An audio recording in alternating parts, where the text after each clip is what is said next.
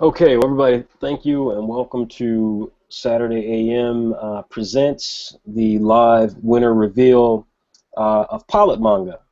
This is the May entry period, so we're going to be reviewing entries that came in into our submission section for May. We understand that probably people on the call are new, so let me just take a moment to talk a little bit about who we are, and then introduce the awesome guests that we have who will be judging the entries at this point, and also explain what makes this episode a little different than our previous live winner reveals.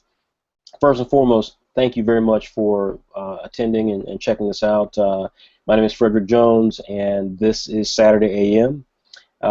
Saturday AM is a digital manga anthology featuring a diverse group of creators and creations. So we love the manga aesthetic, but we don't believe it has to look and feel the same as every other manga that comes out of Japan. So you'll notice that we have ethnicity within both our creators and within our characters. We also have different international sensibilities. So we have creators from Hungary and people who were born in Cuba, and people from the United States and Latin America, Europe, Asia, and as well as the continent of Africa. And so that just provides a sense of fresh and original content, and we've been very incredibly excited about the support that we've gotten from fans all over the world. The notes that we get from creators who feel that finally there's a manga that speaks to them and makes them feel like they belong to this creative style is really engaging. So it's it's an amazing feeling that we have to do this stuff, and it's amazing that we've had the sort of support that we've gotten. And so if you're new to us, we hope you will check us out. You can see on the screen our website, which is www.saturday-am.com, and what you can see directly towards the bottom here is two really important things. Our latest issue, which is issue number 24. This is big because I think a lot of people, whether they're our fans or people who maybe have heard about us but don't really know how we fit into the whole webcomic sphere, frankly, and even people who kind of have this irrational hatred of us, which there are a handful of those people.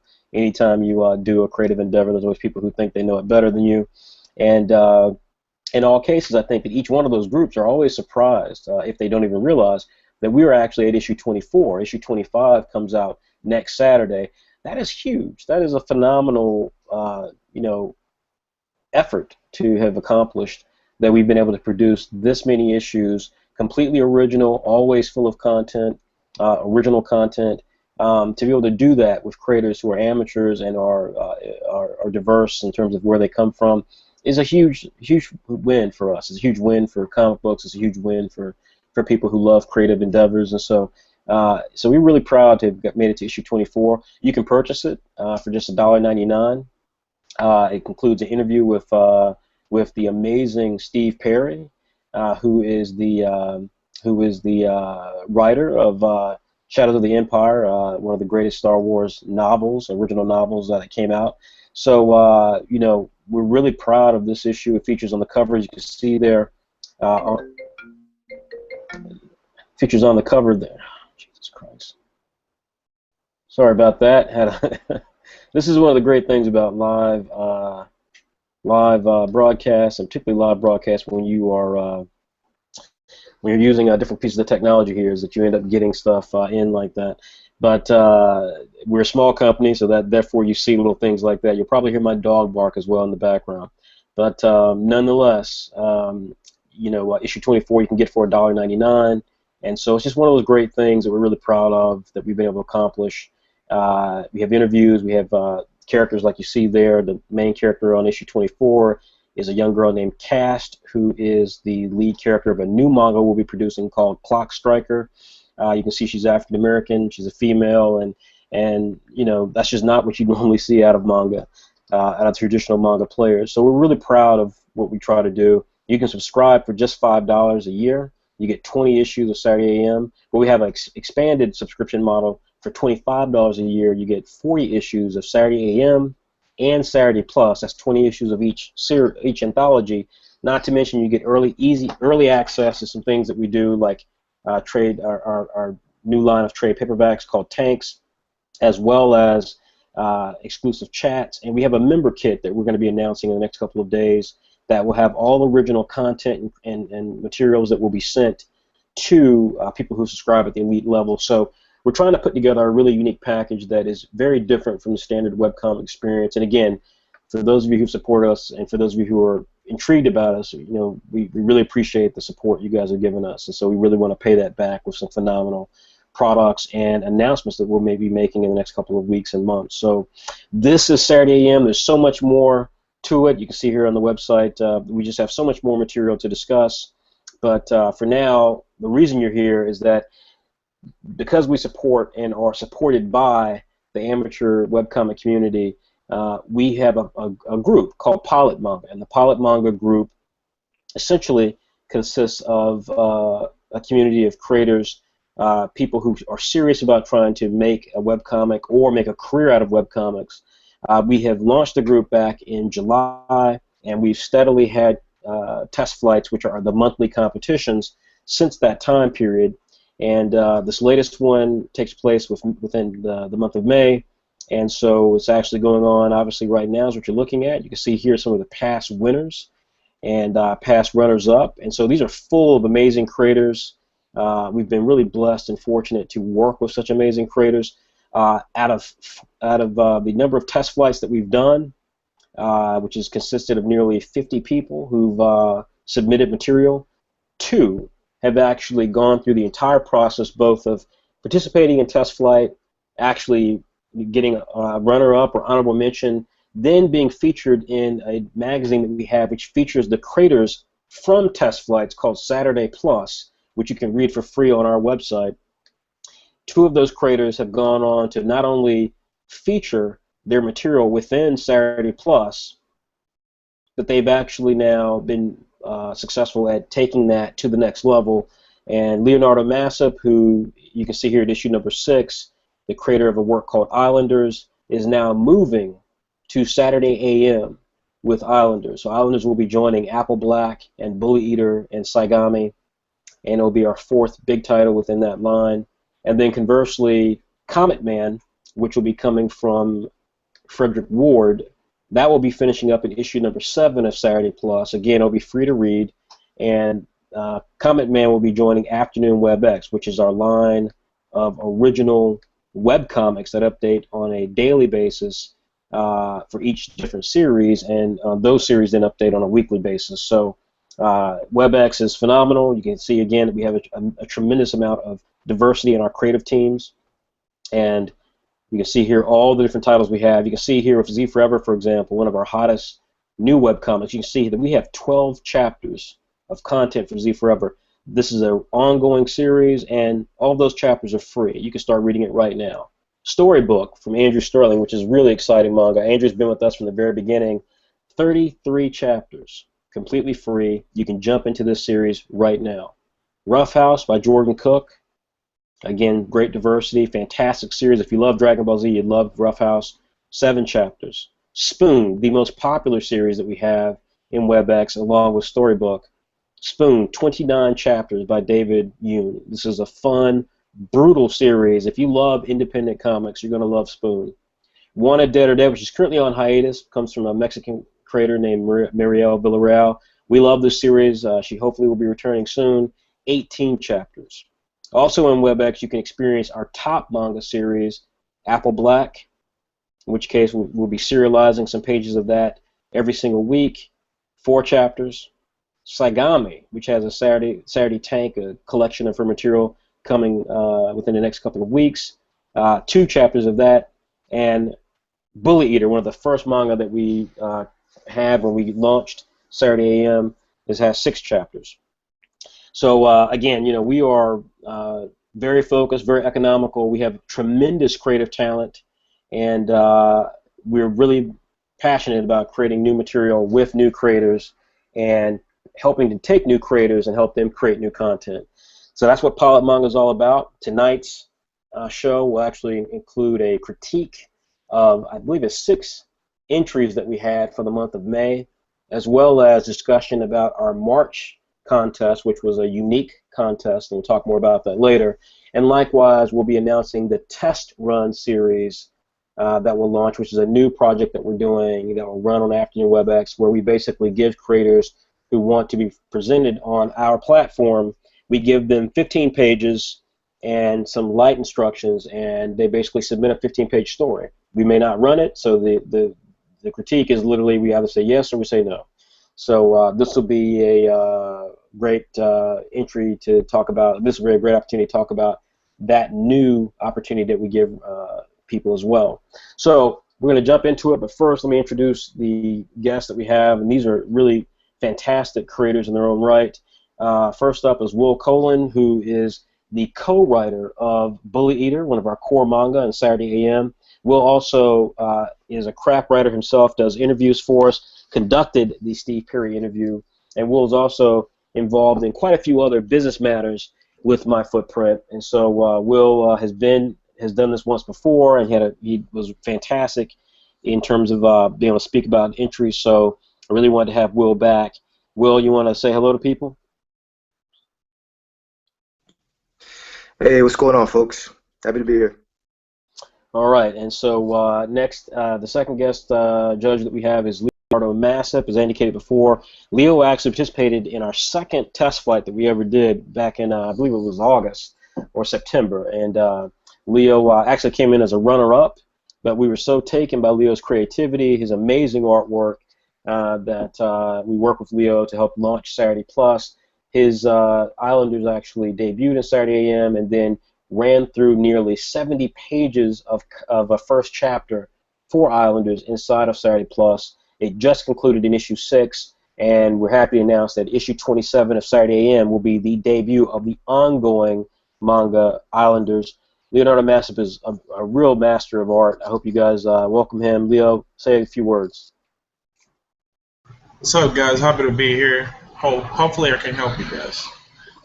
All right, so that is our guest judges. And so again, if you guys are joining us, this is Saturday AM. We are a digital manga magazine anthology. We focus on amateur creators, people who are extremely talented and come from all over the world. So really excited about tonight's test flight.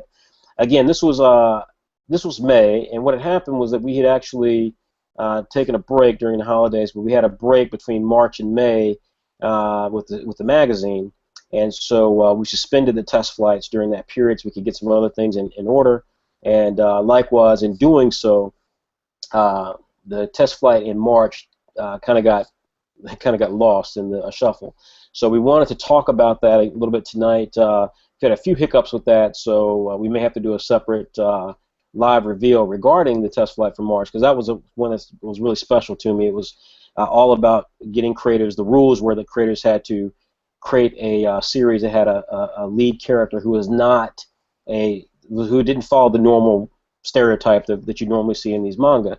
It had to be maybe a different gender or possible sexual orientation. It had to be a character who had just something that was unique about them, and it couldn't be the standard kind of white male American or white male with a Japanese name sort of character. It had to be someone who was literally Asian or came from another part of Asia, another part of the world, Africa, Europe, whatever. And we got some really dynamic entries. We didn't get as many as we normally do, and I'm not sure what that says, but we got a lot of really awesome entries. Unfortunately, again, some of those entries have kind of fallen through, so we haven't been able to come back to them. So Dimitar, for example, Dimitar, who had what I thought was one of the best entries. You need to resend that entry, Dimitar, so we can actually discuss it. But anyways, tonight we'll be talking certainly about test flight for May and about the test run and revealing that.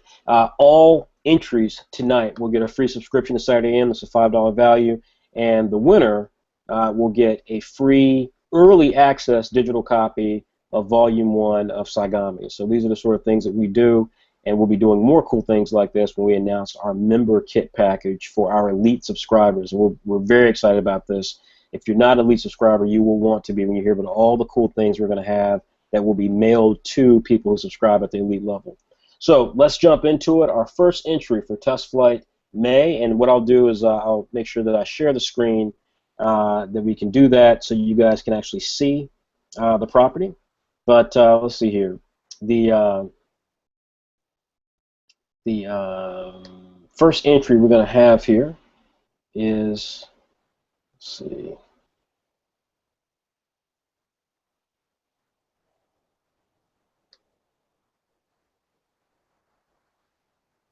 Let's see. Sorry, it's just taking a minute to come up here. We use the Dropbox service, and so it had to do a bit of a reset here. So the very first one we're going to do is a test flight for May by, I believe it's Keen Omar. And so, Keen Omar. So would you like to start off with that one, Will?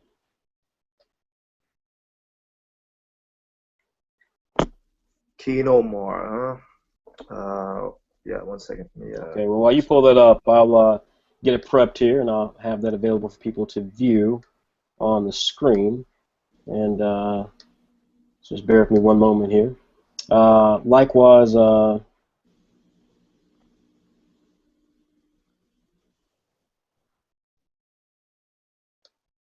think it's Luckman Keen Omar is the name for it. You see that? What was the name of his Better Off pilot submission? Better Off Ignorant? Yeah. Okay, cool, I got it, yeah. All right.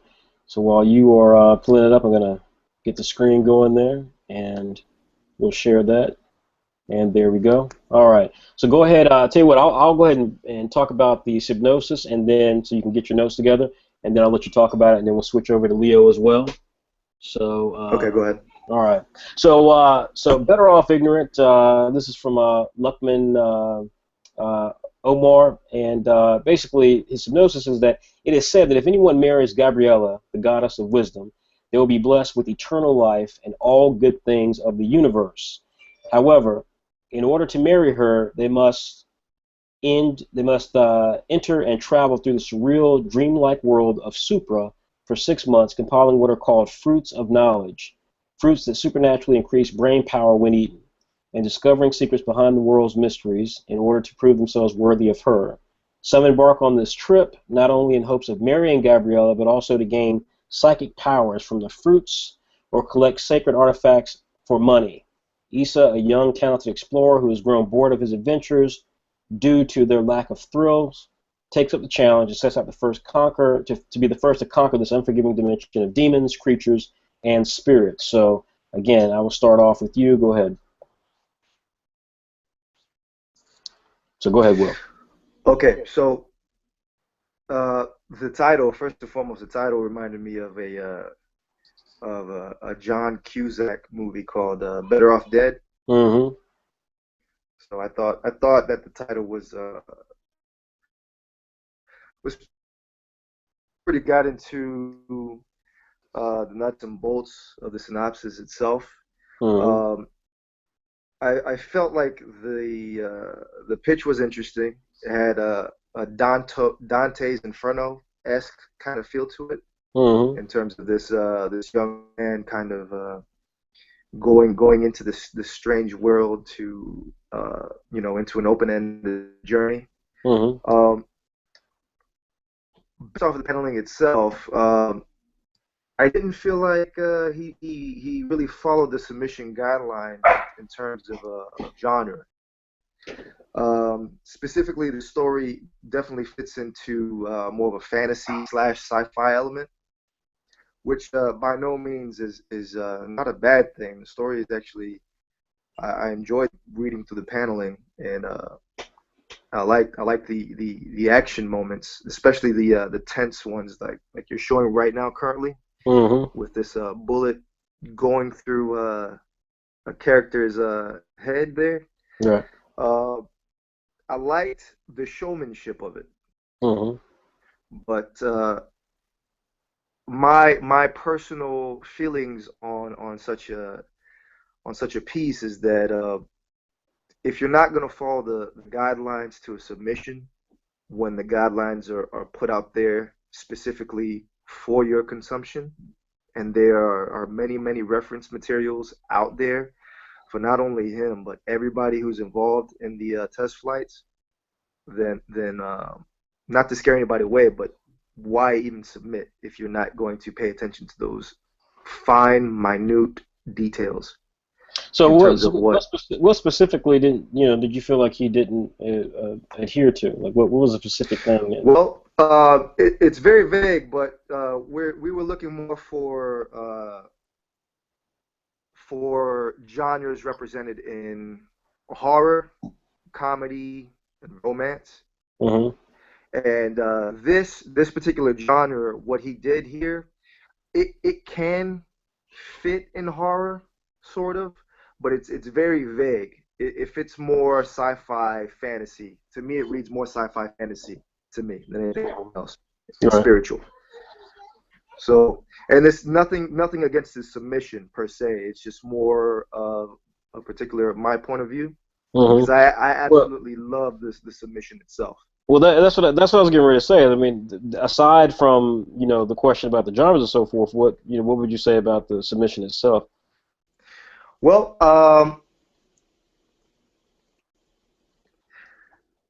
I thought that he meandered a little bit in terms of his paneling, but for the most part, he was telling a very concise, very, very small, action-oriented piece that showed off the world of his submission. And I thought that the creatures themselves were very fantastic, and they looked like they came straight out of religious text. Mm-hmm. So I thought that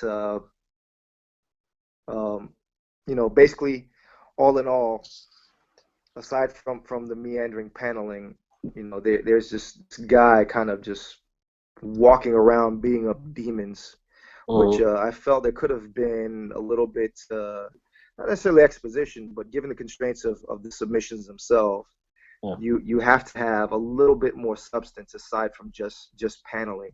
Sure. You have to marry it correctly in Sure. terms of the caption and the dialogue, even if there is no dialogue, maybe Right. just the caption. So, Okay, so Leo, what did you think? I thought the art was really unique. Mm-hmm. I'm really into having a really distinctive and different art style. So this one did a pretty good job in terms of creativity and the art style. Now, in some of the action pages, it gets really confusing, specifically at the beginning when he's fighting the other demon and he shot him, and there's a really panel that is kind of like double, and it's really hard to tell what's going on in there. Mm-hmm. Um, it looks kind of smushy too. I mean, I wish it would be cleaner. It'll look cleaner, but I really, really, really love the design. Probably this is the best designs in the whole of them all. I think just make sure you keep up with the paneling. The paneling is pretty good, but make sure that each panel makes sense and treat each panel as it was a unique image. Because even though it's not an important panel, it's just the guy talking or whatever. Try to make it worth it. Because sometimes people just say this is not an action panel. I don't care. I'm gonna make it simple so I can go to the good stuff. So treat your panels the same way. Put all the effort that you put in the cover image in each panel. So it will be the reader will appreciate that. Right. So Okay. that's about it. Okay. All right. Well, so here's my thought. I mean, first of all, I actually I'm completely I do not share other of your opinions. I thought this was actually one of the best entries, and Luckman has submitted stuff before, and they've never been as good as this.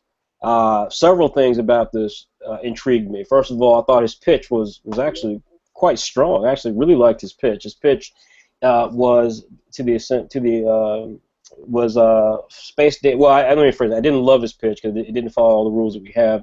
He does what a lot of people do with pitches, which is in our group, we just try to add like 5 items in there to try to create the thing versus just letting it be simple with this meets this and be done with it.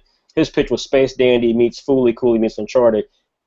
Again, that's just you don't need Fooly Cooly or Space Dance. It's like one or the other is fine.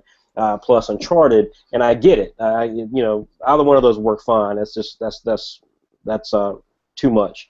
And so I guess I understand a bit of what you guys are getting at regarding it. It seems a bit like Will's word, meandering. I can understand that when you look at this type of pitch, because it does seem like Luckman is trying to squeeze too much in. But honestly, Leo, we had this with you. When you had submitted Islanders for the first time, it had so many great ideas, and you really struggled, and we struggled to understand where it could go, because the ideas you had weren't restrained. So you had really creative opportunities for the stuff you were doing, but just nothing was refined, so it just seemed all over the place. And we worked together to improve that to what Islanders is today, which is very streamlined, very fast-paced, fun, exciting. And I have the same feeling with this. I love the name. I kind of love the idea that this guy who's like this kind of Uncharted type of hero. I forget the character's name, Nate, I think, something like that. He's kind of this Indiana Jones type figure, and then he decides to get into this challenge. Which, what a great challenge! I mean, it's kind of like Rapunzel. It's all these different things. I actually really like this, and as far as the idea that this does not fit in the rules, I mean, the rules are there as a guideline, and I certainly have been guilty of beating up some of the entries that just go or try too hard to fit into it. But I thought with this being the principle of it being the idea that, it's like, try to have something that is more than just this guy beats up that guy. And in this case, there is this element here about, mirroring this goddess and who's got all this great, she's the goddess of wisdom. And, again, I'm not saying it's perfect by any stretch of the imagination, but this is the best I've seen Luckman's art be. It is that I've ever seen his artwork that he submitted. I thought I liked the ad that he generated, which you see here on screen. I thought the action sequences, what we asked for in the pitch, I thought those were well done. I totally agree, Will, that there was a lack of communication, so there's no real lettering and such that we could read. But all in all, I thought this was really, really creative and intriguing, and hats off to Luckman. For me, I thought this was quite strong. Let me just read one of the questions. One of the things we asked, aside from the ad and the turnarounds that you saw a little earlier, is we had asked people to supply questions. We gave them questions. They had to answer some of those questions, and so basically I'll choose one of these questions for each entry just to read, just to get a sense of what these guys say. One of the questions that Luckman answered was, if you could get someone to help you write, draw, or provide editorial assistance, which would you seek? And Luckman says, and this is one of the reasons why I have such a positive feeling about Luckman's work, he says, I would collaborate with a writer. I love the idea of being a jack of all trades, i.e. a writer and an artist in one, but I've noticed that whenever a writer that solely writes and an artist who solely draws come together, the product is 9 times out of 10 amazing. And this is something that people in Pilot Manga know I've preached a lot. It's one of the reasons why we started the subgroup in our Pilot Manga community to have specifically for writers, is because too many artists think that they can do it without a writer. And the problem that webcomics have is the lack of humility, the lack of being able to look at yourself and go, you know what, I'm really not that versed in writing, and I really don't understand how to put together a concept that goes from here to here to here to here. I know it's a really cool A and a really cool Z, but how you get from B to Y, completely baffles me. I think I know how to do it, but then I actually sit down and do it, and I realize I can't. Like that sort of humility does not exist with most webcomic writer artists. And there are some webcomic writer artists who are really good at what they do, but I think the reality is that the reason webcomics don't actually improve is precisely because of the lack of understanding. You know what? I'm not a great writer. In this case, I think Luckman had a fantastic concept. He's got some great character art. He's got awesome action sequences that are really good. I mean, and let's also say the coloring in those action sequences are really good. Hats off to him. He didn't have to color them. Can I Kanye West you real quick? Well, yeah, one moment. So, yeah, I thought all that stuff came together really well. And then, like I said, when I read the questions and the fact that he acknowledges from the get-go that writing is something that he'd be willing to get someone in on, I was like, this is great for me. So I like this a lot. That's my read on it. we're going to move on, but you can have a final word there, Will. Just a small caveat saying I really, really did enjoy this entry. And I think he had by far the best ad. The tagline was amazing. That tagline, could you show that ad again? That tagline was just awesome. Yeah, no, I think let's see if I can pull it back up here. Yeah, knowledge weighs a ton. Yeah. Yeah. Yep. There you go. Yeah. That's it. That's all I want to say. Yeah, no, it was great. Yeah, and like I said, the art was great. The coloring was I was really surprised how good the coloring was. All right, so Luckman, great entry. Next up, and Leo, I'm going to start with you for this next one. So if you can start looking in your portfolio there, so you can pull it up. The next one will be by Nathan Alhanda. I'm not sure if I pronounced it exactly right. But Nathan Alhanda, the concept is called Spy, I Spy. So if you can look for that real quickly, and while you're doing that, I will bring up the art so I can cycle through it for our viewers. Okay, I'm looking at it. Okay, great. All right, well, I'll pull it up for just a minute, and give me a moment, and I will give people the pitch and everything, and then you can start speaking on it from there, okay? Okay. All right. Okay, so this is called Spy, I Spy, and it's actually spelled just like the word spy, and then I is E-Y-E. The pitch is a young, cocky, so again, not a great pitch here, a young, cocky James Bond with abysmal people skills. So this is not a great pitch. For those of you who are not in Pilot Manga, and we'll take a break here in a minute and talk about Pilot Manga. If you're not in Pilot Manga, one of the things we talk about, we have articles that we do for creators. We try to really build in the community just knowledge sharing, and so one of the things I write is something called Writer's Logic, and I supply just tools and tips for creators when they're creating their work, things to look out for that help them to create something that actually has a chance to be successful in a mainstream context. And one of the things to talk about is the pitch. And one of the biggest challenges that most writers have, most webcomic creators have, is that because they've never professionally done comic book work 9 times out of 10, and because they're not, because this may be their very first webcomic usually, they get into this thing that everyone has experienced in their lifetime. It's kind of the used car salesman deal. And it's where when you ask them, okay, well tell me about your comic book idea, and it's like they just start reeling off things that they think you want to hear, and then when you tell them, say, okay, well just give it to me, just give me kind of the Cliff Note version, then they start trying to basically throw everything in the kitchen sink in there, including the backstory, trying to get you to be excited in it. And I tell them that the elevator pitch that happens in Hollywood, and I used to deal with this a lot when I was in the gaming industry, is the only real way to do this, because typically the people who you're talking to do not have a lot of time, or they're not going to give you a lot of their time. So the best bet that you have is to be able to share your concept in a very simple pitch. And the way that we try to get our community to embrace the pitch is to say, think of a concept that's like the concept you want to do, and then think of the concept that's kind of like where you think your concept differs, and put those two together. So the example I usually give is, I say, I've got a concept called Massively Multiplayer World of Ghosts, and this is one of the comic books that we have on our website, Saturday AM. And I always tell people that it's essentially Tron meets Yu-Gi-Oh. It's Tron meets Yu-Gi-Oh.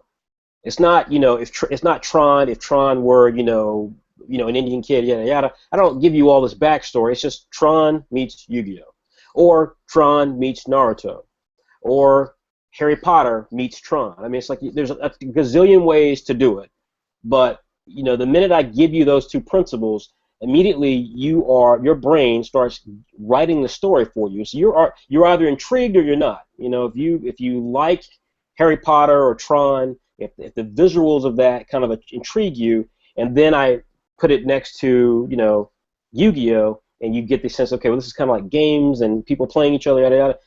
If those two, the minute you start thinking of those two concepts and you can put them together, your brain starts doing the work. So you're either intrigued or you're not intrigued, and then therefore I can then start telling you a bit about the story, knowing I've got you. And that's the key. That's the beauty of a pitch. Jurassic Park, is it's dinosaurs meets amusement parks, and bam, you immediately start getting the idea, but without even knowing exactly how the dinosaurs come to be or what happens in the amusement park, but you get the basic concept already.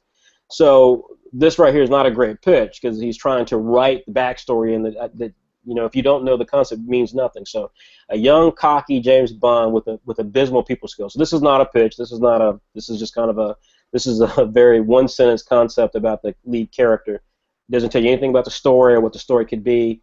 So not a great pitch. Synopsis is genius hacker Roz Alistair graduates high school early and is looking for the next stage in his life.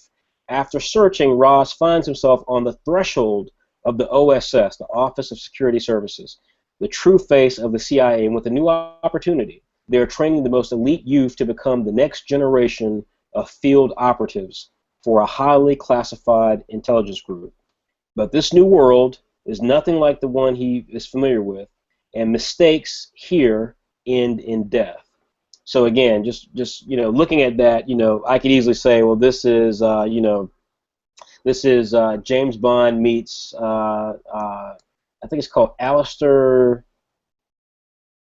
It's Alistair Cook or something like that. It's the young kid who's a thief. It's a book series. But there's you could easily start trying to pull in together some of these concepts that would fit this. But in this case, we have basically it's a spy series, and there is a twist to it, and so we'll get into that in a little bit. But let's start with Leo, and I'll cycle some of the artwork. Leo, talk about this concept and what you thought about it. The main character design is kind of interesting. Mm-hmm. It reminds me a lot of Baz the SMP from Trigun. Yes. Yeah, but the paneling, it's some panels are really really interesting, but most of them have the same front view shot. So I really advise you to be more creative in terms of paneling. The artwork is good, but it should be better since you have those turnarounds. They're way better than your paneling. So like I said before, try to work your panels, put more passion on it, and try to make the art look better in the panel. But you got it goods, you got it bads, but the backgrounds are good. I think you try to do some 3D backgrounds there. I don't know. That's what it looks like. They're good. Just try to match that background quality with your character designs, and try to experiment more in the paneling, so it's more it's interesting. It's more interesting and appealing to the reader. Okay. All right. Will, what did you take? Okay, let's see. All right. So my first impressions in terms of just reading the pitch, the pitch needs work.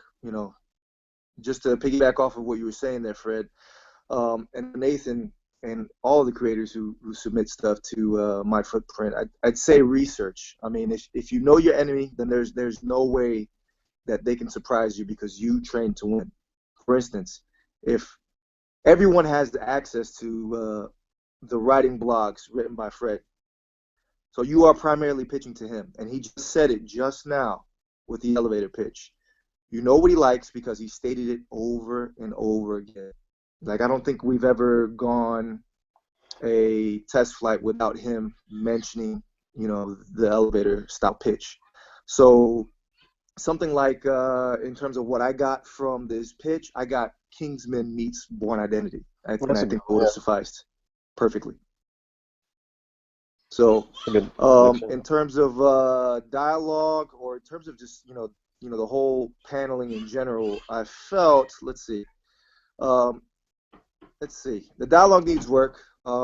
It's definitely a story that can be hammered out considerably. It's a little juvenile, but given polish and perhaps a different execution in terms of not necessarily character design, but just paneling and creativity in general, I think that it could be a contender at a later date. But not only in the pitch does it do these creators need to study, but immerse yourself in the subject matter that you're going to be working in. Google is an excellent place to to jot stuff down. Watch movies, watch Kingsman, watch Born Legacy, read books. You know, that is the only way that you're going to get better as a creator. You need to have as much creative stimuli as you can, enough input so that you can create something with equal or greater output. So yeah, so yeah, I think I agree with Will in terms of the way I viewed this. I mean, yeah, again, the pitch wasn't great, and so that kind of set the tone. If as far as the art goes, I think personally, I think that I think this gentleman will do well in the future. I think Will hit the nail on the head. I think the creator here, this is clearly maybe his first time. At least that's how I look at it. As both Leo said, like Will said, I mean, some of the dialogue's kind of juvenile. The plot's juvenile, frankly, but as Leo said, I mean, there's just a lot of things here that just the minute you see it, you know that you're seeing someone who's really doing this for the first time. Similar perspectives, a lot of kind of like attempts at things that they just kind of give up on. These are things that artists who are trying for the first time tend to do, and so you can tell it. And so in this case, like the first page, he actually attempted to do some backgrounds, and definitely started out doing backgrounds and stuff. As the story goes on, he just gives up. But the perspectives are still kind of stilted and stuck. So this I thought this was basically this was an effort. This was an effort. Kudos to him for entering in. I think he'll learn and get more comfortable with doing this. I will say definite credit to him where he tried to do something unique on the cover. I remember the very first test flight we did, and Philippa Borman did a cover that was from a unique perspective and set her over the top over the competitor, I think at that point, which was Justin Nisijian, is that not only was she a fantastic artist, and she was complete, and she could draw backgrounds, and her animals are fantastic, her story was completely original. I mean, she would have won just on all of those core things she did, but the big thing that she did that was so huge was the perspective of the cover. Like, and in this case, I give the creator credit, having the kid going down an escalator, I think, that's not an easy artistic trick. He didn't pull it off exactly, but the fact that he even attempted that speaks very well for this creator's future opportunities. I think we've not seen the last of this creator. I think he'll improve tremendously, and so there are a lot of pieces here I like. He didn't supply an ad, so there's the things that we asked for in the test flight. What I will say is that his questions, again, weren't great. So again, this is what tells me I think this is a first-time creator. But here's what he says in regard to one of the questions we asked, which was, why do you think your manga would fit within a scheme? Here's his answer. He says, I think that the line that best, I'm sorry, the question was which line that we do. We do afternoon, we do Saturday Plus, we do Saturday AM. Which of those publishing vehicles would best fit your entry? And his response was he thinks that the line that would best fit his manga is Saturday AM. He says, I think that Saturday AM has a diverse series of stories and creators. I Spy is different enough to be distinct, but familiar enough to align with the action, the art level, and overall style of the storylines that already exist in After Saturday AM. And so, obviously, that's one of those things where it's like, of all the lines we publish, at this point it wouldn't fit any one of them. But I think that's, again, that says a bit about the creator, because this is, respectfully, this is nowhere near the likes of Leonardo or Andrea or White Manga or Raymond who make up Saturday AM. This is not anywhere near that quality level that would exist there. Nor is this at the quality level of Afternoon WebX, which has creators like David Yoon, who's very complete in what he can do, Andrew Sterling, Mark Reed, Mariel Villarreal. So this is not on any of those levels. So again, I think we asked those questions to get a sense of what the creator's mentality is, and this was an interest. I thought it was interesting that he would think that. But nonetheless, though, it was a great first effort. I'm very intrigued to see where this artist goes as he matures artistically and from a story perspective as well. And I'm very excited to see where he goes. So that is Nathan's work. So what we'll do here is I want to take a quick moment just to talk about Saturday AM and give our guest judges time to prep. Guys, the next title that we're going to do is going to be from Regina Okora, so if you guys can get prepped for that. And let me just take a moment for those people who are new to us. I want to welcome you guys to checking out Saturday AM. This is Saturday AM. We are a digital manga magazine, and we basically have content from creators all over the world. Our biggest series is called Apple Black. You can actually see it there in the top right corner. It's the really slick piece of artwork of the lead character Sano with this Eridus arm that's all lit up, and he's kind of dashing in the right corner. That's our biggest series, and that creator is from Nigeria. He's not from Japan, even though that looks like something that actually looks like an animation cell. In fact, all these images look like an animation cell. Islanders from Leonardo Massip, who's on the call today, is right next to Sano. He's the guy who's got the orange beach wear on. And then on the other side of Saturday M, on the left side, you've got Raymond Brown's Bully Eater. It's a Sal, got with his finger up. And then a Yumi, our second biggest series for Saigami. She's the lead character of Saigami from Andrea Voros. And again, that looks like it just fell right outside of a shonen or shoujo manga. We are extremely proud of the work that we do. As you can see there, where it says latest issue, we are now up to issue 24. We've been publishing continuously since January of 2014. Very few webcomic creators can say that. Certainly, very few can say they've got up to issue 24 of a digital magazine that includes interviews and games and amazing exclusive content from some of the top creators around the world. Some people, we have fans all over the world who get what we're about. And we say all the time, we're trying to do something revolutionary. We're trying to change webcomics. We're trying to change the look of manga, make it more global, make it more interactive for people who are not Caucasian or not Japanese. We've been very fortunate that people have really understood what we're about. They understand the revolution.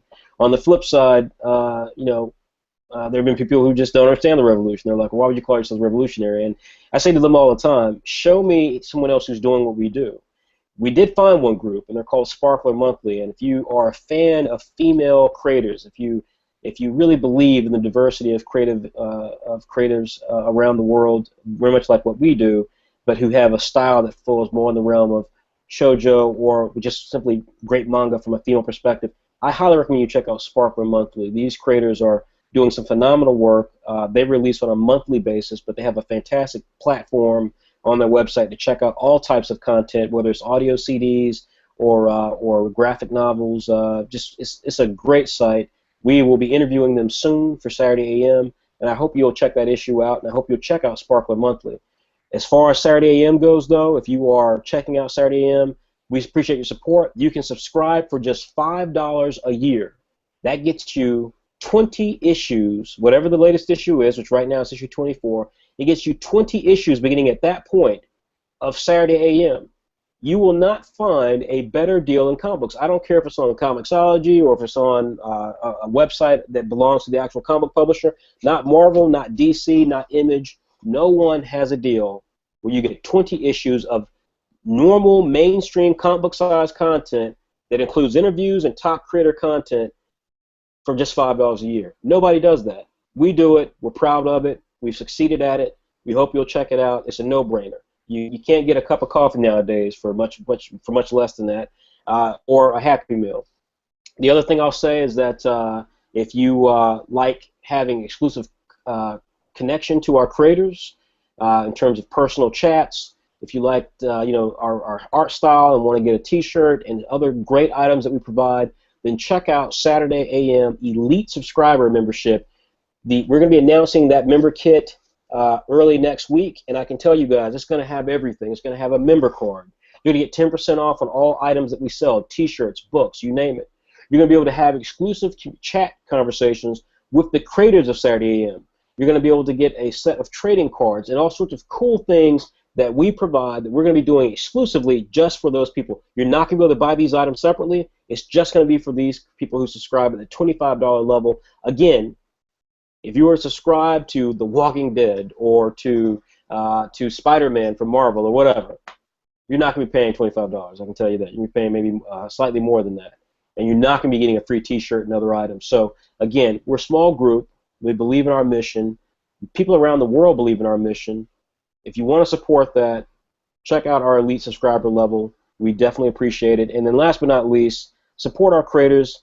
If you come into our website, we have tons of free content you can read. But one of the best things we have is a brand new line called Tanks. Saturday Tanks.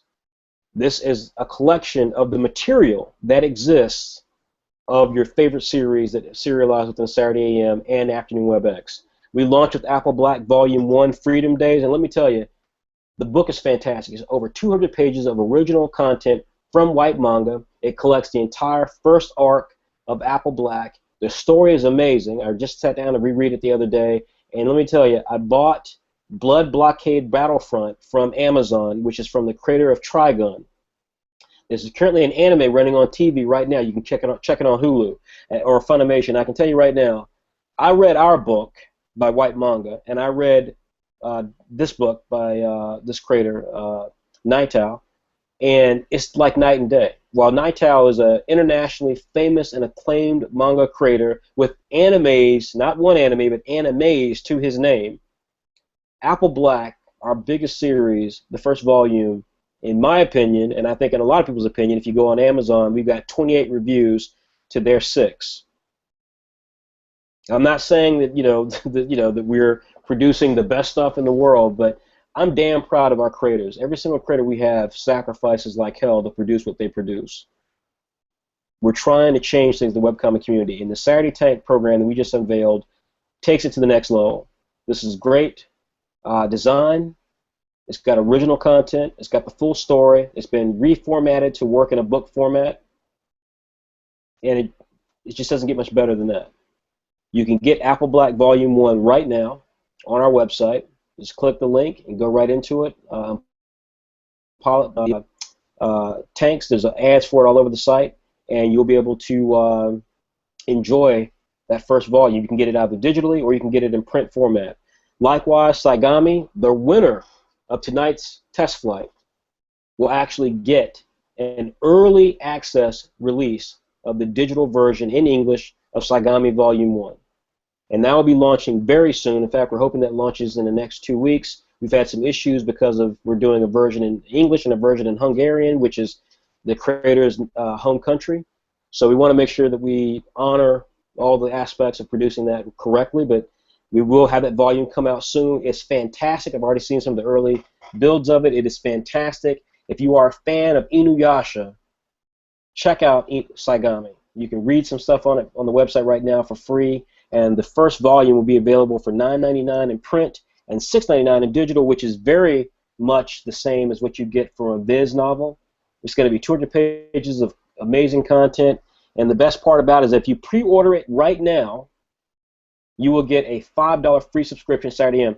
We'll send you the information about it in a separate email, but you'll get that, and you'll be able to start enjoying Saturday AM for free because you're just paying $10 for print or $7 for a digital copy of Saigami. So it doesn't get much better than that, guys, and we're really proud of the work that we do. We hope you guys who are new to the Saturday AM experience will give us your time. Check out our website. If it intrigues you, subscribe. We have tons of free content to read, so you don't have to feel like you have to make a decision tonight, but please check us out. We're really proud of what we do, and we hope you guys will appreciate it as well. All right, so next up, we're going to do the test flight by Regina Okora, and I'm going to let the guys get ready for this. Will, we're going to start with you, and we'll just give your thoughts on the work, and we'll go from there. But this is from Regina Okora, who's actually entered test flight before. She's extremely talented. I'll go ahead and start with you. Oh, actually, I'm sorry. Let me read the entry like I normally do. So apologize for that. I'll read the pitch and I'll read the synopsis. So basically, Regina, as I said before, she's actually entered before. So this is Aotomen meets Aotomen Games. Now, I have to admit that when I read that, I actually did not know what that was, so I suck. But here's what I did love, the synopsis. Ramal, once a famous Bollywood superstar, decides to retire into high school life in Australia. He has had his fill with romance until he meets Chloe, a hyper Aotomen game fan girl. He falls head over heels in love, but there's just one problem. Chloe doesn't even know he exists. So this is clearly a romance, and I am excited about it. So I'm going to turn it over to Will. Will, give me your thoughts. First impressions. This is definitely a rom-com. It definitely fits the beat of the shoujo, and Regina is she's I've seen her work in test flights before, and she seems to improve upon that each and every single time. I mean, you can tell by her art alone that there's just so much more to the story that we don't even see. Um, what caught my eye the most was the reverse shoujo element aspect of it. It's a nice twist that if anybody is familiar with the shoujo genre of manga, you'd know that it's primarily focused on the women and their trials and tribulations with their male counterparts or love interests. She took the guidelines to the submission very, very seriously. I thoroughly enjoyed the gag humor that she showcased within her paneling, and it definitely worked within the framework of her paneling. I think given the constraints of the prompt itself, I would have loved to see her play a little more with the humor aspect, but that doesn't necessarily take away from what she showcased here. One small little minor detail. It took me, I would say, probably 2 to 3 times taking a look at each of the pages just to ensure that I read the correct transition from paneling to caption. So I would say that definitely she could pay a little bit more attention to those fine, minute details like that. But in terms of a final verdict, I mean, aesthetically, her work is beautiful. It has improved substantially, and we don't have a lot of shoujo type work represented at all. I believe that Saigami is our only title that is represented in shoujo, and it's a different type of shoujo altogether. So I mean, I could definitely, with a little bit of polish, I could see this published. So that's what I gotta say. All right. And so, Leo, what did you think? Okay, I first saw this and I was really in love with the first page for some reason. The first page is really good. The line art in some panels are really, really good, and they're really hard to come by, like hands, specific angles. But like I said before, people are not paying attention to details in some panels. Some panels seems like somebody else did those panels. Like in the second pages, I mean, like I said before, guys, pay attention to details in every single page, because the first page, it tells you a whole different story than the second page in terms of art. The art in the first one is like legit, really good. The paneling is amazing, easy to read, everything. Now the second one, it gets complicated. The third one, it gets complicated. It's like you trying to rush the work to turn it in. So start earlier, take your time, try to get everything done. But I really like it. It's really clean, easy to understand. Try to use more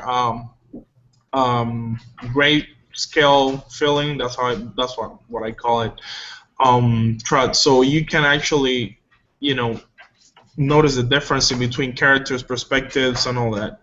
But overall, it's really good. I really like the fact that it's really clean and it's not hard, to understand. Just work on your details. Remember the clothing, all that. Just keep an eye out for that, and really good job overall. Excellent. Yeah, I think I definitely agree, Leo, that I noticed that with the art as well. I mean, that was one of the things that kind of took me out. I mean, when I agree with everything you said. I mean, it started out very strong. The cover was great. The ad was great. The concept was great.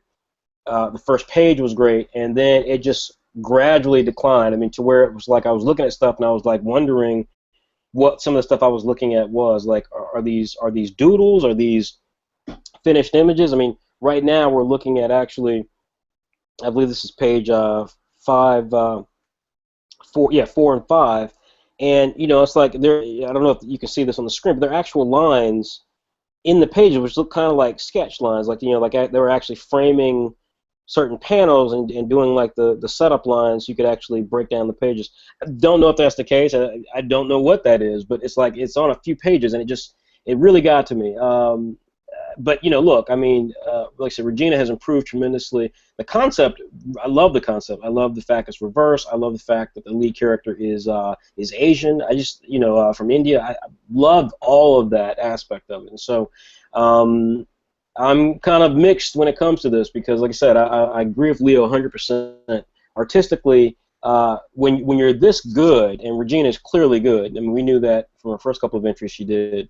But when you start off like this and you're this good and then it just kind of devolves, it does make you wonder a bit about the clarity or the organization that goes into producing manga, which is one of the key aspects of Saturday AM and Afternoon WebX and Saturday Plus. It's one of the key things we look at when a creator comes through Pilot Manga and goes into Saturday Plus, for example, is not just getting to tell your story. It's about how you tell your story. I mean, how easy was it to work with you? Were you, did you get your content in on time every single issue? Did you, were you able to, take the guidance that we gave you to kind of make the story work? Because at the end of the day, if you're not writing for an audience, if you're just writing for yourself, there are other places to go for that. There's tons of websites that don't care what you upload. You can upload literally doodles of squiggle lines and they'll publish it because they're going to make money advertising you.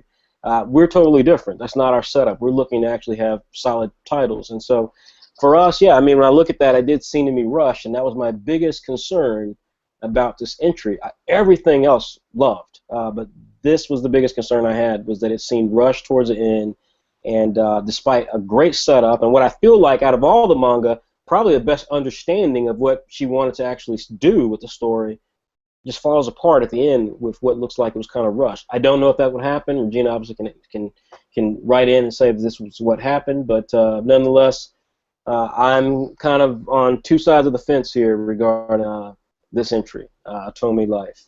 Love the concept, love some of the art, very concerned about how the art ended up transpiring towards the end. All right, so we are, I think we've got, one thing I didn't say earlier is that should anyone have questions throughout this process, you absolutely can submit questions. We will be happy to answer them. If you are a member of our Pilot Manga group on Facebook, which is a private group, you can just shoot a note on the Pilot Manga page, and we'll be able to check it.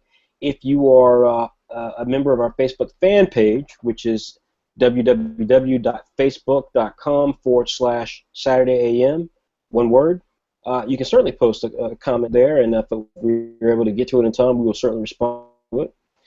Beyond that, if you are using the Chrome extension for this particular chat, then you can access that with us as well. So that is that's pretty much all I want to say on that. We've got one final entry before we get the test runs, and that's going to be Eli Beard here had an entry for test flight. So I'm going to pull that up, and so Leo, why don't we start with you, and we'll get you in. Let me say real quickly though, before we move on, let me just give Regina one aspect here regarding the questions that we normally ask, and we normally ask everyone within the group, people who enter, we asked them a question to answer, and so she did that, and I was trying to pull one of them out, and so.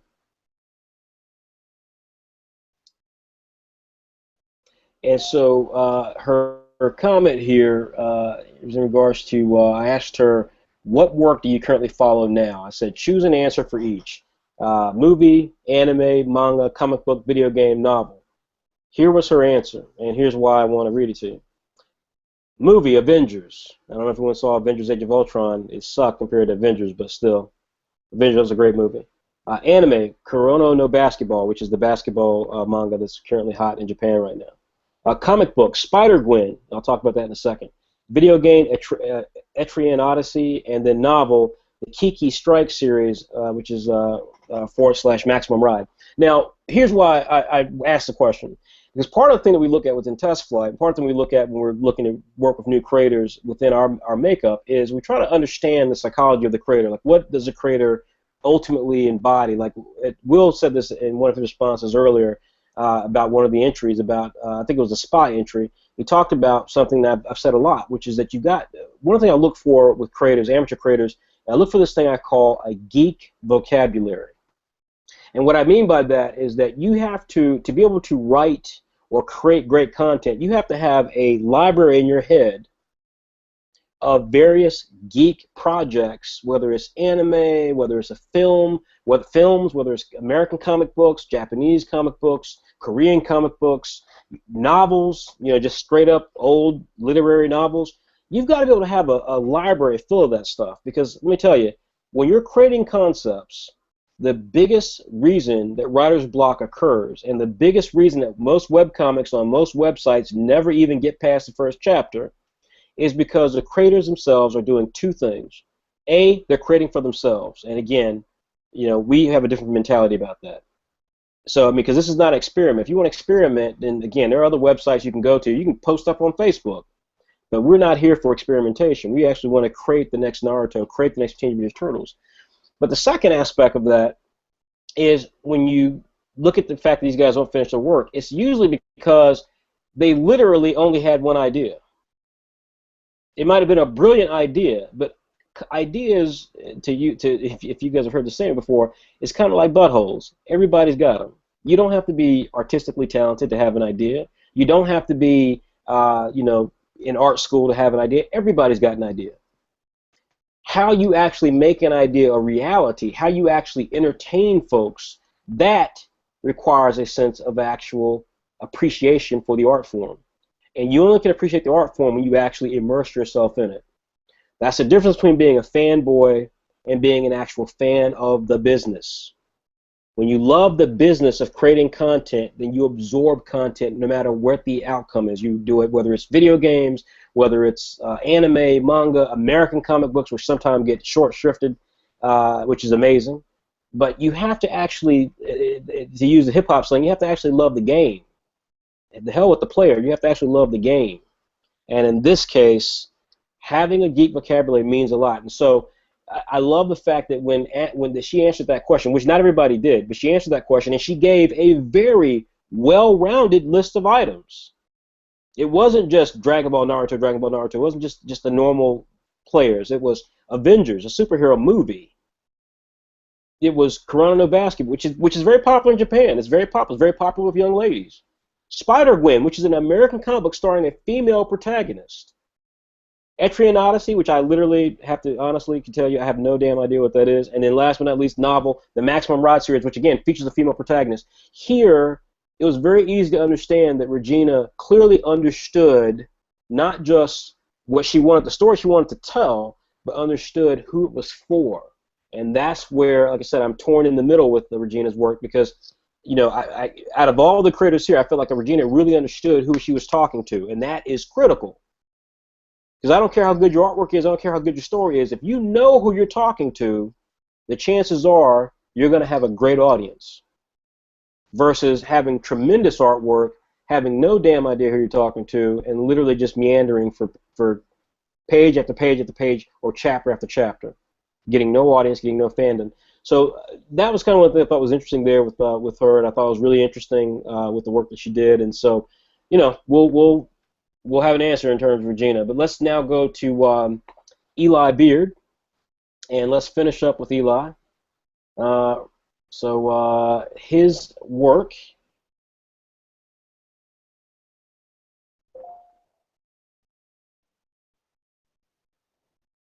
Okay, give me 1 second here. Pulling it up, and you guys get ready with your end. We'll start with you first. Okay, so Actionland, and this one was special. This was a really special work. Basically, the pitch is Chalk Zone meets Bleach. Now, I knew Bleach. I didn't know what Chalk Zone was. I had to look it up. But essentially, the synopsis is Francesca Sky is a young artist with an overactive imagination. As a caricature artist, she sees the customers as monsters. and the workers as superheroes. When the park is attacked by the worst monster she has ever seen, she has to team up with her friends and grow strong as an artist to defend the park from this great evil. So, really interesting concept. Will, why don't we start with you, and you can have at the first strike here. Okay, so first off, I really enjoyed the minimalist approach to the art. The story itself, I thought that it touched. It was, I mean, it was so simplistic, but it touched on these themes that are essential to just being a creator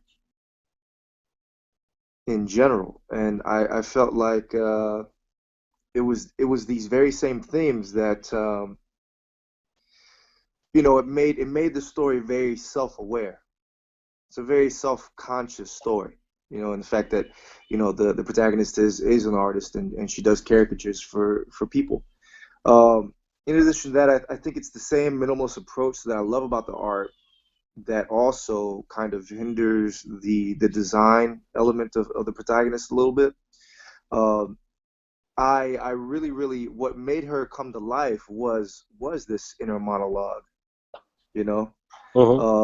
But past that inner monologue, I mean, she kind of came against the same kind of tropes that usually get their boxes checked in when you're dealing with a shonen-esque style read. Again, the inner monologue captions really helped paint a picture to the action as it happened, and I really enjoyed the action, especially the bits of gag comedy there with the shark actually swinging her around a little bit. I thought that was so funny. And it's a very good balance of action and comedy, plus the sentimental aspects of just being somebody who wants to create something. And I thought that in itself gave Eli's work a lot of power. So that's what I got. All right, Leo, what did you think, buddy? I really like this one. I could even say that it's one of my two favorites in all the submits. Even though it's really simple, you can notice that this artist knows what he's doing. So he's playing with the simplicity of the art, and he's making it worth it. So basically, it's not just dropping lines in there. The paneling is straightforward. It reminds me a lot of when I see these on Afternoon WebX straight up, because it's easy to read. It's the story behind it is really interesting. Never seen it before. Now I recommend him to use cell shading in the characters. That'll make the characters pop up a little bit more in the panel. So don't worry about details in terms of inking or line art. Just go for that cell shading. I'm gonna help you a lot, making this even more interesting than what it is already. I really like it. Pay attention to detail like the other artists, specifically at the end in the fight with the shark, where you have some panels that the main character doesn't even look like the main character.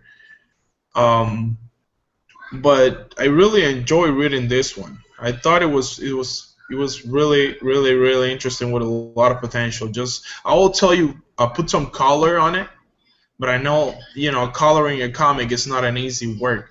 But since this is so simple, you put color and it's gonna look beautiful. I can promise you that. So give it a try. Take all these pages, or take just the best page you have, the one you like the most. Put some color on it, do some cell shading, and see how it looks. But because this can be really good with that. That's the way I see it. So I really like this one, even though it's real simple. So let me say I made a mistake here. This is actually, and I did it because I was looking at, when I was setting this up, I was looking at Eli's submission from March. So this is actually a test run submission. So this, as well as the one from William Brody, which we'll talk about in a second, is a test run submission. So this was the test run scenario was just 15 pages through. So here's what we're going to do. We're going to talk about that, but first, let me pause the proceedings here for just a moment because I think we had one entry that came in. Yeah, this was the entry that came in that was for. Let me just double check. Just give me one moment here.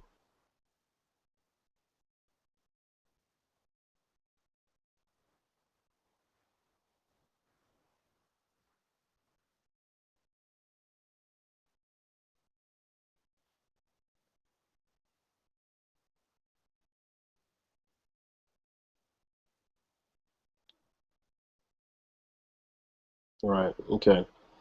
So I think what we have here. So we've got the entries that we have.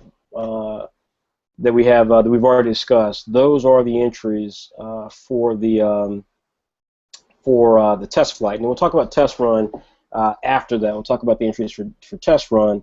So that would include Eli Baird and William Brody. So why don't we first just take a moment and talk about the entries that we have looked at specific to the actual test flight itself, and that would consist again. Let me remind you of Regina Okora, Nathan Wanda, Luckman, Omar. So we had those three entries that were specifically for test flight. And again, we had some issues with test flight from March. And so I shot a note to the creators, Dimitar in particular, but there were a couple other creators who had submitted stuff. And for whatever reason, I think, well, not for whatever reason, I believe, we used Dropbox, and I believe Dropbox, some of you guys had Dropbox, to time out. And so it timed out to where we can no longer access it. And so that's one of the problems that we have with attempting to look at it. So if you could submit it, we'll probably have to do a secondary. We'll have to probably do a different video specifically for that, because right now I don't see how we'd be able to actually address the March test flights. Dimitar had an entry, Eli Beard had an entry, and so and there were a few other people who had entries, not a lot, but had entries for the March test flight. Otherwise, we'll be talking about test run after this here in just a moment. So again, let me come back to those three entries for test flight. What would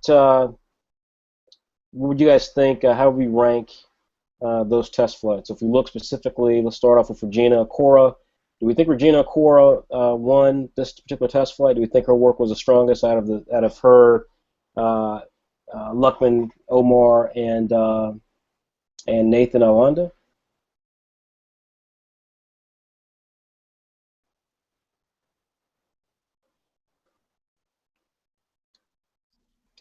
So, Will? Let's see. If I were to rank them, Well, yeah, I was gonna say we can do one or two things. Normally we do this offline, everybody, but since we have test run immediately after this, and we'll talk about those entries. Why don't we just do it this way? Why don't you rank the one that you don't think had enough to move forward? I'd probably say let's see. That's a good question. I think Nathan, I Spy. Right. Okay. He's definitely talented, but for first time, I thought that this was good for his first time. Yeah. But he's got a lot of things to improve upon that he can capitalize upon next time. Okay, So, Leo, what do you think? Where would you agree with Will regarding Nathan Awanda? Out of the three entries for test flight particular, would you agree with Will on Nathan not having enough to move forward? Yeah, I do agree on that. I'll tell him just to keep working on it, keep working on your paneling and your line art, and you should be good to go for next time, because you got a little nice concept in your art. So. Agreed. Yeah, I would totally agree with that as well. I would just say again, Nathan, first of all, thanks for submitting, and I think that your work, I agree with both these guys. I think your work to me showed that this is probably your first webcomic attempt. A lot of gray areas where you kind of were trying some things and weren't quite able to pull it together, but the intent was there, which is huge. And so, from all that being said, like many of the creators who we've talked about this evening and will talk about, I'm sure we'll see you again. So I would just say, take some of the criticism, look, continue to work at your craft, come back next time, and let's see what you come up with next time. So then that leaves Regina Cora and Luckman Keen Omar. So of those two, which ones do we think really has the steel to go to the next level, or do we think that that one is better than the other, or do we think there's a tie? Okay, well, let's see here. Well, based off of those two, they both have their own particular flavor, I guess you could say. The cool thing about Better Off Ignorant is that I wanted to read more. I really did want to read more. So and the same thing with Regina's. I'm torn with Regina's only because of the fact that, like you guys were saying earlier, there were some bits and pieces that were missing in terms of the line art. But she also had a story that really spoke to what we represent here at Saturday AM, in terms of diversity. The main character being a male in a shoujo, which is unheard of. So I want to work with both of them, to be honest. So you're voting a tie. Yeah. Leo, what do you think? I completely agree on that. I'm more inclined to let me see his name because I forgot. It's Luckman? Yes, I'm more inclined to that in terms of design and ideas. But Regina's work is, I call it legit, ready to print. If she was able to keep the same quality as the first page. Yeah. But like Will said, they're both good. They both got the same, their own style, their own flavor. They both should do more. But at the same time, they're getting there. They're ready. They're ready right there. So I mean, I think both are really good. Yeah, I think grudgingly come down with you both. I say grudgingly because I find myself at odds in both scenarios because I know people who don't know us or watching this going, the hell are they talking about? But I don't I look at, to me, Luckman clearly is the better one of the two. I'm extremely excited about Regina's growth as a creator because she's entered with us before, as has Luckman, by the way. She's entered with us before. Her work has clearly grown, but it's that seeing the work just kind of deteriorate towards the end that bothered me because that would then suggest, and she does say in her interview that this is a one-off story. She's like, this is not meant to be a series. I have no intention of telling this is a series. It's meant to be a one-off thing. To which case, then it's like, well, then enter it as a test run. Do your whole story, just enter it as a test run. But whereas Luckman clearly has a story he wants to tell, but he acknowledges that, hey, I probably need some help on the writing side. I need to be paired with the writer. So like I said, I'm grudgingly coming down. First of all, you guys both outvote me. So it is what it is. But to me, Luckman probably is the one who I think would be the best shot overall at this stage. And then Regina could try to do a test run for that concept. But I don't feel badly about the idea of them both tying it because I think the effort was there. In the case of Regina, for example, both of them did everything that was asked. They did the turnarounds, which Regina, by the way, we didn't show it because she did it. She saved it in a Photoshop format. But nonetheless, everybody, did what they were supposed to do. Of these two, did exactly what they're supposed to do, which is rare in test flight. We normally get some people who kind of take vacations, but they both did covers. They both did banners. And Luckman, like I said, clearly had the best ad. But Regina's was not bad. They both had I'm comfortable with that. So Luckman, Nathan, Regina, we will contact me via Facebook, our Facebook fan page, or PILOT Manga, and we will send you guys an offer code for the free $5 subscription. And Luckman and Regina, we will send you guys additional information about how to reclaim your early access SAIGAMI Vol.1, which will be released at some point in the next week, and then the actual physical book and so forth and things will be available for people who pre-sell within the next 2 weeks. So let us know, and we'll get that ready for you. Likewise, beyond that, Luckman, we certainly will talk. We'll when you guys reach out to us, we'll talk. about next steps in terms of being able to take your manga into Saturday Plus, and so we'll discuss that. And same with you, Regina. If that's what you feel like you want to do, then we'll absolutely work with you to try to develop that and go into our free manga anthology Saturday Plus, which is a sister anthology to Saturday AM. So now, all that being said, let's now talk real quickly about test runs. So now what we're going to do, we're going to take a slight break here because we've never done this before, and so we normally take a break and we just kind of, let you guys dance mentally to your own music while we confer offline, and that's what we're going to have to do because the test run is a little different. We haven't done it before. It's really exciting, so I want to make sure that the group that we talk about exactly how to discuss discuss these entries, and then what the next step will be on those entries. So please give us just a moment. It'll probably take at most 2 minutes, and just enjoy the gorgeous look of our stuff here. Just give it 1 moment. I'll let you look at the homepage of Saturday AM a bit longer. Hopefully you guys decide to subscribe and all that good stuff. And we'll be back here in about 2 minutes. Thanks, everybody.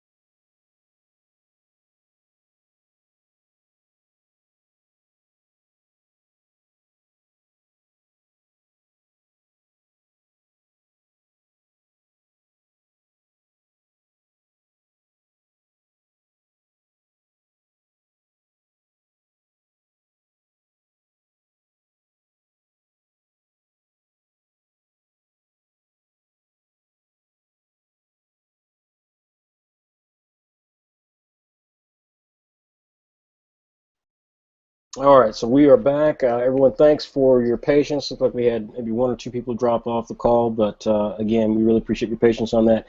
Just again, if you don't know what test run is, test runs are or test flights are monthly competitions that we do, where we take everyone who's in our Pilot Manga group, and this is a private group that you have to apply to join.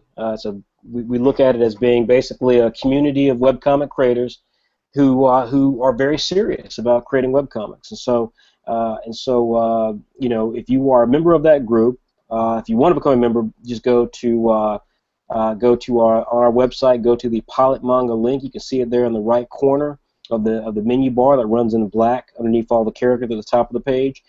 Select Pilot Manga. There will be a place there where you can go and sign up for Pilot Manga to join it, or you can find it if you go to our Facebook fan page, which is facebook.com/SaturdayAM. But that's a group that we highly recommend you check out. If you love webcomics, you don't have to worry about joining Saturday AM. You don't have to become a member of Saturday AM. You don't have to subscribe to Saturday AM. You don't even have to publish your comic book of Saturday AM. But if you just want to get some real sort of commentary on your work, as long as you're not trying to advertise your work in the group, then you should join it, because it's a group of creators who are hardcore. They take very seriously the craft, and they respect everyone's work. Everyone is welcome. So join the Pilot Manga group, and there you can enter test flights. The difference from test flight to test run is that we have many creators who, you know, they have great concepts, or they've already published webcomics before, but they really want to experience, you know, having their work featured on Saturday AM, which we're not like other webcomic sites. You know, we don't just publish every sort of webcomic that's sent to us. So basically, you know, the test runs basically require that you produce a piece of content. It has to be an original story. It has to have a beginning, a middle, and an end. Because we don't want to have a bunch of webcomics on our website that just have no ending. You know, we don't want to be one of those websites. So test runs are new. It's designed to really give an outlet for people who have a story they want to tell. They want to have it featured alongside of webcomics that they love. And to that end, we're very proud and very excited about what test runs can do. So tonight is the first time we're going to talk about the test runs that were submitted, and we're not going to necessarily do big critiques about them, because test runs are not set up to be critiqued that way. We are going to talk about whether or not we think that there was enough there that we want to run it, and then from there, whether or not we think there's enough there for it to possibly continue via one of the vehicles that we offer on Saturday AM, Afternoon WebX or Saturday Plus or Saturday AM. So with all that being said, we talked about Eli Beards. I'm going to pull that back up here in just a moment, and you know, we're just going to ask that question about you know, whether or not the story was strong enough for us to run it in test runs. So let me pull that back up, and then guys, if you can come back into the conversation, I'll unmute mics and just give your thoughts for the crowd about whether or not Action Land from Eli Beard should appear on our test run. So give me a moment here. I'll do the re-screen share, and then we'll get back to it. All right, so why don't we start with you, Leo? I know you got to run here shortly. So Action Land. So did you feel this story had all the right elements? Leo? This one, yeah, definitely. This one is I mean, a couple of tweaks, but it's really interesting. Okay, and then Will, what about you? I definitely agree with Leo there. There were definitely some strong elements that I felt this particular piece had that frankly a lot of the pieces that we spoke about today did not have. So this in terms of just putting it out there, I feel like it'll speak to different people in different ways. So I appreciate it. So. Okay, all right, and so yeah, I totally agree. I mean, I thought Eli, you know, I talked to Eli before. Eli submitted stuff to us before. We want to keep this YouTube episode concise, so I don't want to spend a lot of time trying to monologue. But I'll just say that I thought Action Land was really good, and I think the story, more importantly for Test Run, is that there's a story there, that you don't have to know anything about Action Land. You can get into it. It explains what it is. It sets up a conflict. It resolves it, and it's fun. There's something interesting about it. It's just something really cool to see, which is exactly all we ask for in Test Runs, and I think that Action Land fits into a T. So we'll most certainly be publishing Action Land, and those of you who are curious about everything we're talking about will have a chance to see it for yourself. We'll be announcing a Test Run's official launch this week on our website, so feel free to visit our website throughout the week and we'll reveal it. If not, you'll see it on Facebook and Twitter and stuff like that. But very excited for Action Land. That will most certainly be happening. Next up, let's talk about William Brody's work. Again, I don't want to get into a long discussion about it, so if you guys can kind of keep it concise here. But let's discuss William's work. Let me give the pitch on it. So actually, give me one moment here. I'll get the artwork set up back up there. So William's piece here, the pitch for it is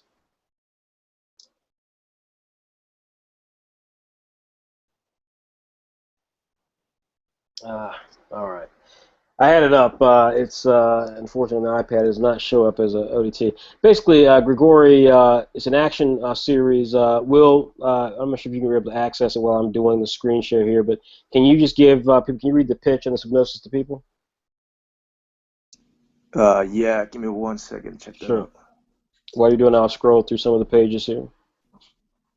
And again, this is from William Brody. William has entered into test flights before. This is his first submission. It's a full story, 15 pages, that would exist for our test run.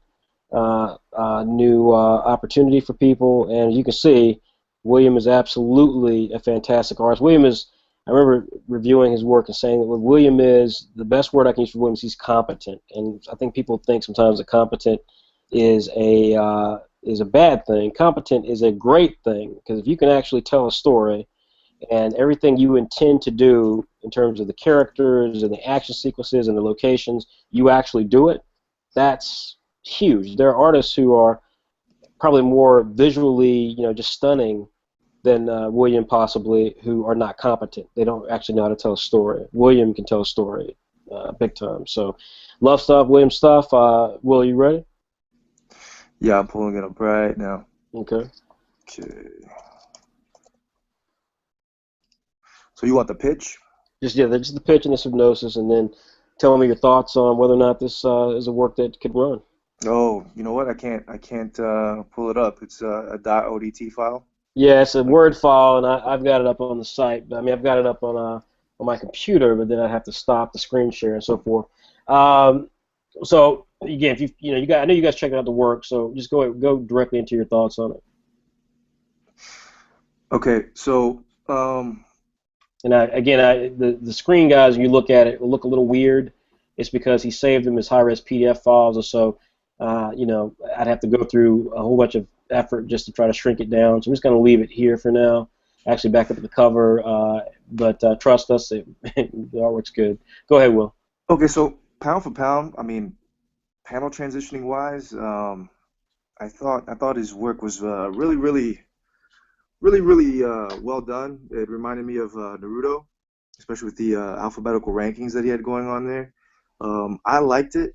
I thought that some of the themes of drug use might have been a little bit heavy, but I also think that dumbing it down for readership is in my opinion, is a no-no. I mean, it wasn't a subtle thing, but for the story, it had conflict. And the fact that he mentioned something like that early on seems to show value in people particularly getting an interest in the story past the one shot. So you liked it? I liked it. All right. Well, Leo, what did you think? Well, the art starts really good, but at some point, it seems like somebody else is doing the art. I mean, it's not to put him on any doubts or anything, but in some area, in some panels, like the beginning pages, the first pages is incredibly good. Everything about it, the paneling, the line art, everything. But then at the end, you get panels that they look really, really bad. That they look like somebody else did the work. I don't know if I'm supposed to give that information, but overall it's good. But just to make sure that if it's the same artist, that you keep everything the same level, because otherwise this is gonna happen. Somebody is gonna think that you're not doing all the work, and that's not the way to go. Well, okay, as I said before, I mean, I don't. These are not critiques. So I want to, just for both of you guys, like, we don't have the time. A, and then two, that's not what test run is. Do you think Yes. the series? Okay, that's the only question. All the other stuff is not that necessary right now. So yeah, I would agree. To me, I mean, it was a really intriguing idea. I thought that the characters were well represented. I thought Williams' art was very strong. I don't agree with Leo. I mean, I know what he's talking about, but I don't agree. I think it's I think Williams trying maybe some different styles. These are amateurs, and so amateurs do some amateur stuff. But I thought this was really good, and hats off to William for trying something different in terms of get some ethnicity in his work. I thought the action sequences were there. I think people are going to really enjoy reading this. I can't wait for people to read it. This is absolutely going to be in our test run, our test runs series. So check it out. We'll be announcing it again this week in terms of the dates for each sort of title. So we'll go from there. And again, all the people who enter, whether or not we choose to run your manga, will indeed get a free subscription to Saturday AM, the basic $5 level. So I sent you guys two other ones that were not in the initial basket. So I'm going to pull those up real quickly. So if you guys can access the next one, which is called Clover Street. You guys got that one? Yeah, I saw it. Okay. All right. So if you can get ready to pull that, I mean, if you guys can get ready to get your thoughts together on that one, I'm going to pull it up so everyone can see the artwork in it while we discuss it. And again, just keep it very straightforward. We don't have too much time here. Just keep it very straightforward and give your thoughts on the work and whether or not it should run. So I'll start with you first, Leo. Cloverstone. Yeah, that one definitely needs a lot of work, but he's on the path. So I think he should work a little bit more. Maybe we should put it on because it's really detailed. So he's showing that he put a lot of effort on the pages, that he didn't got lazy, specifically the backgrounds. Mm-hmm. So I will tell you that it needs more work, but I'll tell you that because he made a big effort and he's so detailed that we should give it a chance. Okay. That's my opinion. So. Okay, that's great. Will, what did you think?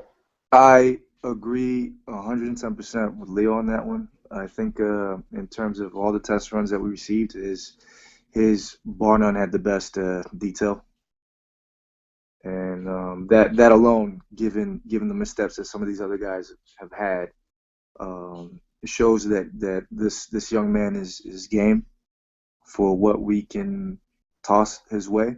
Mm-hmm. And I think his art is only going to get better. So he's young. He's like 16, I think, from what I read. That's exactly right. Yeah. I once again I agree with Leo and Will. I think this to me is really awesome. I think this is indicative of what Saturday AM is all about, and that is young creators who really take seriously the craft. They're amateurs, and the idea that somehow amateurs are supposed to be perfect is crazy. There are things that I think that we do a very good job of trying to analyze and judge people on what we think they should have at a certain point. And this is a 16-year-old young man from New York City. He's got this kind of setup for Cloverstone. I will say this, that this it did read, if you guys actually read the story, it did read a bit like a setup to a larger story. Kind of has a bit of an ending that suggests there's more, which is not exactly what the idea was. The idea here is to tell the story. It's got a beginning, middle, and end. And so from that perspective, I mean, it did read like a 16-year-old story. But that being said, I think absolutely this shows exactly, to publish this shows what we hope every creator should have, which is a real love and desire to be a fan of the business of actually creating webcomics. And I think this young man, Abdel, embodies that. So we'll throw it out there, and again, the best thing about test runs is that if we run it, people will have a chance to review it. So you might not get critiques from us the way you would if you did a test flight, but you'll absolutely get critiques from normal people, from people who are on our website, fans of other series, and sometimes that can be great, sometimes that can be brutal. So I just say, buckle up and get ready for that. So we'll definitely be look forward to running this piece from Abdel. And the last test run we're going to talk about was one called Puzzle Stone, which was I think it's called Puzzle Stone. I love the name of it. So let me drop that back to you guys. You guys have that ready to go? Puzzle Shonen, sorry. You guys have that ready to go? Yeah, I saw it already. Okay, all right. So let's start with Will first. And Will, again, just keep it simple. Let me know your thoughts, and let me pull it up first, and then go for it. Yeah, let's look at Leo's understanding of it first while I pull it up. Okay, Leo, go ahead. This obviously is pretty, is let's say, I don't know how old is the artist, but it shows like he's pretty young. And the artist, it needs a lot of work. I mean, it needs work, but like Will said before, you can only get better. The name is interesting. The most important thing when it's like this, like the artist is not as good as you expecting, is to keep the idea and the story straight up. And the artist only can get better. The story is the main thing. So I would say it needs more work. Yeah. Art-wise. Yeah, and Will, if you're still pulling it up, I'll go in. Yeah, this came from John Mendoza. He supported us many times before. Not submitted stuff, but he is very active on our Facebook fan page and stuff. I actually don't. I don't think John is young. So, I'll say that. I read it. John was one of the first people to submit work. I don't think this rises to the level of publishing it. I think this is. Artistically, it's kind of crude, and while the young man Abdel's work was crude as well, it was not crude in the sense of like you could clearly see this young man has talent, is able to go places. With this, there's definitely ideas here artistically that I like a great deal, but the bottom line is that it's just not there. It does look like you're reading someone who's very young, and again, I don't think John is a very young guy, but kudos for him for doing it. I think it's a interesting concept. If you actually read it, I think the concept's pretty interesting. And so this may be one of those cases where I would say to John, John, perhaps you should consider writing this and working with an artist, in which case PILOT Manga is full of them, because I think the concept here is actually kind of interesting. It does skew young, partially because of the artwork, so it kind of has a Pokemon feel to it, and the puzzle pieces that the kids can use is kind of cool. But beyond all of that, just artistically, it's too young to be able to actually go with in terms of publishing. I think you've got to have some aspect there that has a level of fidelity that I just didn't see here. That's my read on it. I think Leo's on the same page. But Will, what did you think? I agree with what you guys are saying. A small caveat to what you were saying, though, Fred, is that perhaps this is more of a good proof of concept for him to pitch this to somebody who can actually who can take that vision to a higher artistic level. Right. Perhaps he can write a script for it, and it can develop into something more substantial there. Well, I hope it does. Let me say this. I hope it does. Again, I do not know John Mendoza. He's participated with us before. Like I said, the concept is really intriguing, and it touches on something from a diversity standpoint that I think is really important. When she talks, one of the characters has autism, and I think what a hell of a thing to have. We're going to be publishing our first manga that has a character with disability called Clock Striker, and she's a young African-American female who has no right hand. So she's disabled, in terms of her able-bodiedness. But at the same time, the idea of touching autism is something that I think is very powerful, and I would love to have John take this concept to someone who maybe has a bit more imagination artistically and competency, so that he can really tell what could be a very important story. But again, we do look for some of that fidelity art-wise to help tell that. I hope John will contact me if he has any additional things to say, because he didn't put a note or anything with the test run, so there's nothing for me to go off of in terms of specifics about this. But yeah, I don't think puzzle should be a part. Puzzle Shonen should be a part of test run, but I definitely applaud the effort of John. I hope to see more of John's stuff in the future. So, and John, again, you will have a chance to get a free subscription to Saturday AM. So will everybody. So that's it. That's it for the test flight this time for May. We had some really great entries. I really can't. I can't contain my excitement for Luckman. I think Luckman and his Better Off Ignorant could be really special. I think that could be a really special work. I still can't get over how well he colored that.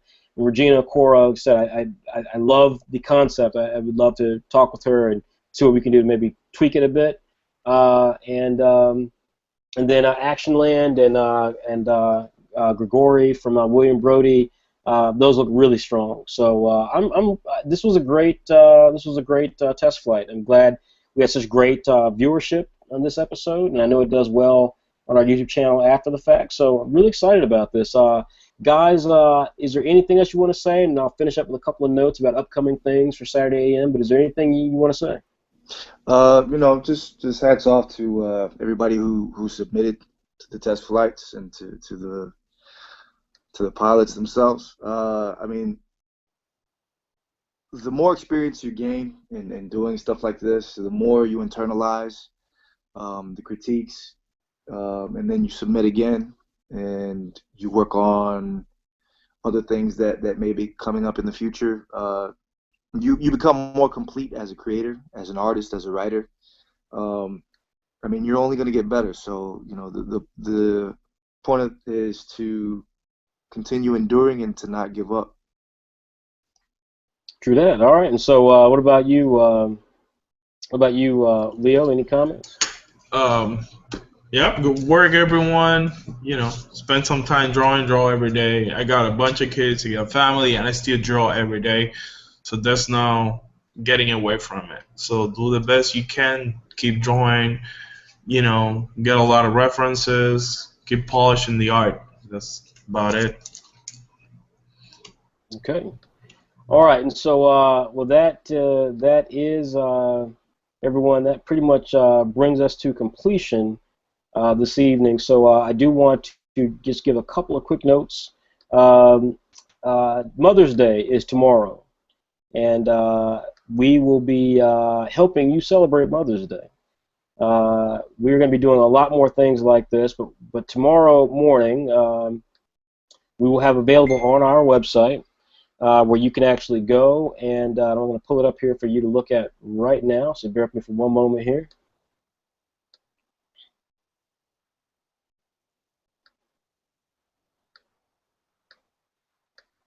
So this right here is a glimpse. It's a piece of artwork that Leonardo did. This is not the actual poster, but we're going to be providing this fantastic piece of artwork produced by Leonardo Massip that charts it charts moms and charts kind of the universal aspect of motherhood.